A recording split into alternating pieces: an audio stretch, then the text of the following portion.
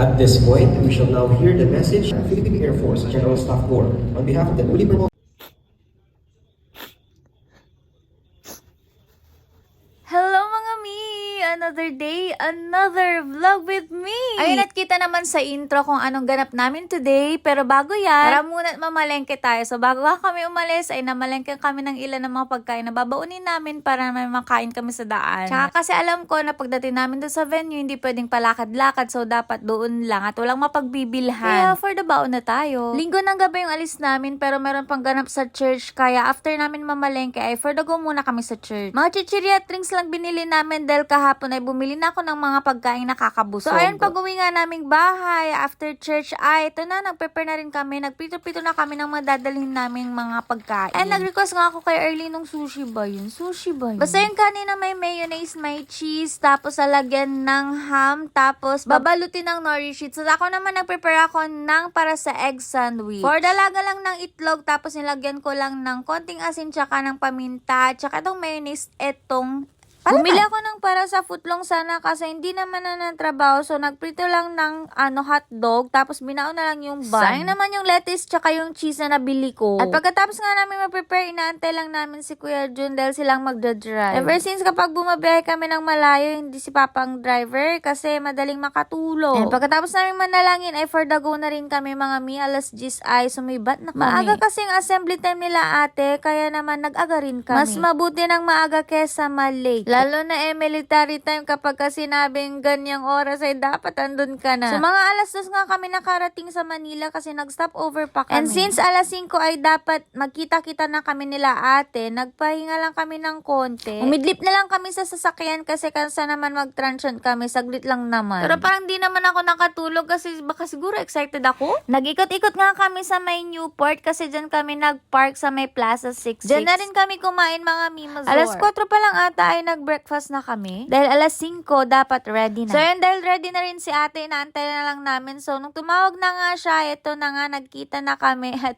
hindi ko siya nakilala. Kasi hindi pa pala niya sinuot yung uniform niya. So heto na. So dyan na rin siya nagpalit mga mimazor. And nung nakita ko nga siya naka-uniform, oh, nakaka-proud. Yung ate ko. Hala, ba't ganun? So kahit 6:30 yung call time, ayaw ni ate nang nalilate. Kaya napakaaga naming pumunta dito sa venue. Dito mismo sa Villamar Air Base, doon sa may PAF Museum. Ay grabe, muntik na nga kaming may mabanggang e-bike. Paano naman biglang lumusod, mi? Buti na lang talaga i-alert si Kuya Jun. So eto na nga, dito na kami sa kanilang airbase. So inikot lang kami ni ate, tinur lang kami ng konti. Tapos eto na, pumunta na rin sila sa venue. At dahil nga sobrang stricto dito mga mimazor, isa lang talaga yung pwedeng pumasok. At bago pa kaming pumuntang Manila, tinanggap ko na sa kaloob-looban ko na hindi ako makakapasok sa venue. Sabi ko, sige, wala akong magagawa. Basta kain na lang tayo after. So ayun yung usapan mga mimazor. Pero bigla siyang nag-chat. Biglang tumawag si ate. Sabi niya, Beng, halika dito. Pasok ka pero wag kang papahalata. Eh ako naman na magaling sa puslit-puslitan eto, nakapasok nga ako.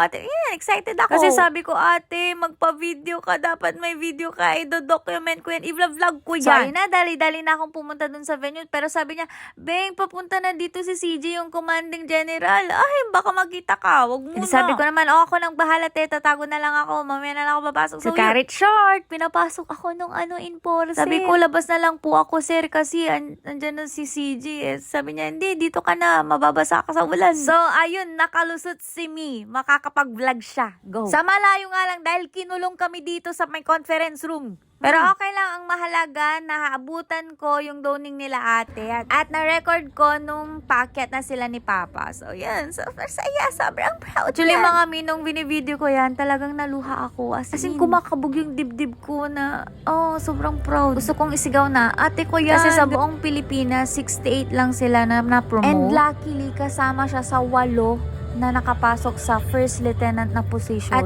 8 steps forward. 8 hakbang mga mimazor. Kaya nakaka-proud talaga. Thank you, Lord. Thank you talaga. Grabe din yung pinagdaanan ni ate. Hindi talaga madali. Daming exams, may mga medical, euro, board interview. Ay grabe, ang galing ng ate ko. Nakaka-proud. And deserve niya to. Kasi napakabuti ng puso ng ate kong to. Tahimik lang siya pero ang dami niyang plano sa buhay. Very selfless, very humble, very supportive, very patient. Kaya nga lodi ko to eh. Gusto kong tularan yung pagiging mabuting tao niya. Oh, naiiyak ako. Ano ba tayo? Kaya nga bago tong promotion na to, nung nilalakad pa lang niya, ang dami din niyang doubts nung una. Ang dami niyang what ifs. Napapagod siya, nai-stress siya, sabay-sabay, napipressure siya. Pero at the end of every day, kahit hindi kami magkakasama ng family, talagang nagpapanata kami. Gabi-gabi yun. And grabe, sobra-sobra pa sa hiniling yung ibinigay, yung pinagkaloob ng Ama. Sa Diyos ang lahat ng papuri at pasasalamat. So ayun na nga napansin ko sa program nila mga mi, kapag program ay tahimik talaga ang lahat, walang nagtatayuan, disiplinado talaga lahat, iba talaga pag sa military. Tapos yung CG nila, yung arrival niya ay 8:30, talaga namang 8:30, sakto ang dating. O ayan, inaantok dyan ng ate, paano? Halos wala kaming tulog lahat kasi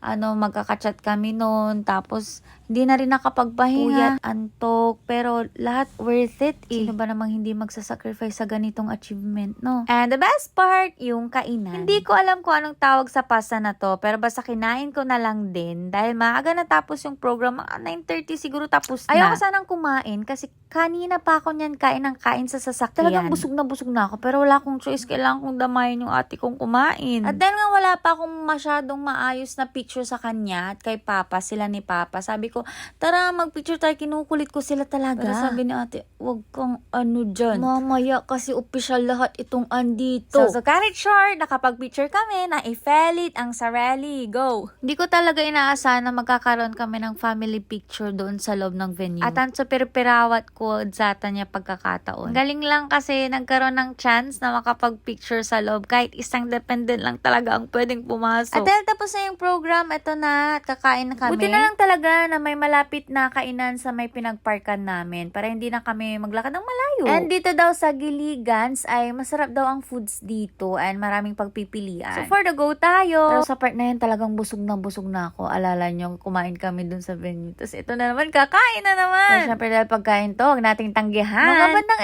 11 pa lang yan, kaya kami pa lang yung andyan mga mimazor. Pero nung magti-12 na sunod-sunod na rin yung mga dumarating. At meron pang second floor yan mga mimazor. Ang maganda dito mga mi, ang bilis ng service nila, as in, hindi kami nag-antay ng sobrang tagal. And yes, ang dami ng mga ulam, tapos mura lang yan, bundle yan mga mimazor. Sobrang lamig ng aircon dyan mga mi, nilalamig na si mama, tsaka sabi din nila kain na agad kasi lalamigin yung sabaw. So tara, kain po tayo. So habang kumakain kami mga mimazor, sinulit na rin namin magkwentuhan. Mahaba-haba yung kwentuhan namin dyan mga mimazor, as in, ang dami na pagkwentuhan, na tawa na kami ng tawa, hindi ko lang na videohan mga mimazor. Ayan, so dahil hindi pwedeng magtagal sila ate sa labas, ay hinatid na rin namin siya doon sa kanyang dorm. So ayun, nagpaalam na kami sa isa't isa. So nagyakapan kami dyan, pero wala sa video. Char. So magpapagas lang kami sa GHQ, tama ba? Abay, sulitin na natin maggas, libre lang naman. Maraming salamat po. O diba, nakangiti si Pudra kasi naman, tank na naman si 4D. So ito nga, bangang na ang mga taong ito. Kaya naman kami ay uuwi na mga mimazor. So dito ko na po tatapusin ang vlog na ito at medyo mahaba na. Thank you for watching mga mi. See you on my next vlog. Bye! Wait, may iyakan pa pala.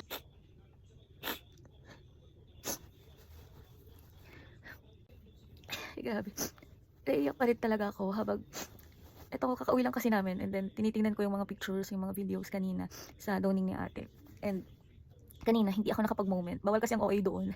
OA tayo. Tapos yun. So dapat demure ka lang doon. So dito ko na lang iiyak. Kasi sobrang proud ako sa ate ko, sa totoo lang.